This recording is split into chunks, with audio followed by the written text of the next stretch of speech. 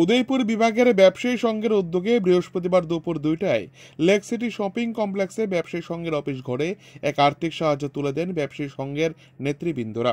এদিন উদয়পুর ব্যবসায়ী সংঘের সম্পাদক দিলীপ ভৌমিক জানান, গত 2024 সালের 5 ডিসেম্বর ফটিকরায় গোকুলনগর এলাকার বাসিন্দা রঞ্জন দাসের 13 বছর বয়সী নাবালিকা মেয়ে রূপশ্রী দাস নিজ ঘরে রান্না করতে গিয়ে অগ্নিদগ্ধ হয়ে পড়ে।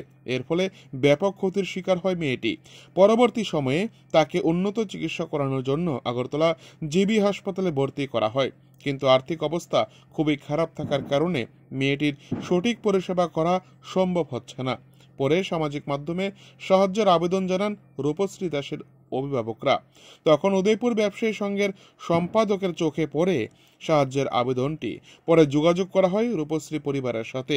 বৃহস্পতিবার আহত রূপশ্রী মা পূজা দেবদাস উদয়পুরে আসেন এবং তার হাতে আর্থিকভাবে 15,000 টাকা তুলে দেওয়া হয়। উদয়পুর ব্যবসায়ী সংঘের উদ্যোগে এই ধরনের সাহায্য এক প্রকারের পরিবারটিকে আর্থিকভাবে কিছুটা শক্তি জুগিয়েছে এবং মেয়েটি আরও উন্নত চিকিৎসা করতে পারবে বলে আশা প্রকাশ করেন ব্যবসায়ী সংঘের পক্ষ থেকে।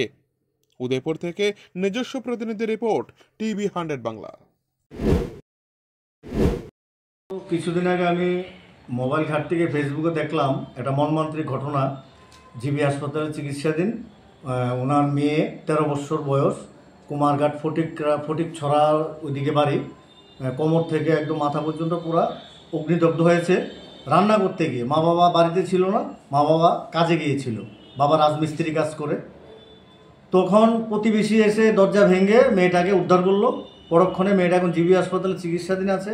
এটা দেখতে পেয়ে অনেক সময় তো ভয় হয়, তো এটা আমি যাচাই বাছাই করে স্ক্রিনশট নিয়ে ওখান থেকে নাম্বার নিয়ে আমি ওদের সঙ্গে যোগাযোগ করে দেখলাম যে ঘটনাটা সত্যি। তো ওদের সঙ্গে যোগাযোগ করে ওদেরকে আমি এখানে আমন্ত্রণ জানালাম আমাদের ব্যবসায়িক সংঘ উদয়পুর বিভাগীয় কমিটিতে, যে আমরা কিছু আর্থিক সহযোগিতা ওদেরকে করব মেয়েটার চিকিৎসার জন্য। তো তাই আজকে আমরা মেয়ের মার হাতে 15,000 টাকা আমরা তুলে দিচ্ছি। মেয়েটার জন্য সুন্দর চিকিৎসা হয়, মেয়েটার জন্য আমরা মাতা ত্রিপুরের কাছে প্রার্থনা করছি মেয়েটা সুস্থ হয়ে ভালো হয়ে মেয়ের যেন মেয়ের ঘরে আবার ফিরে যায়, এটাই আমাদের কামনা। আপনার কি উদয়পুর ব্যবসায়ী সংঘ থেকে দিয়েছেন? হ্যাঁ, আমরা উদয়পুর ব্যবসায়ী সংঘ থেকে দিয়েছি।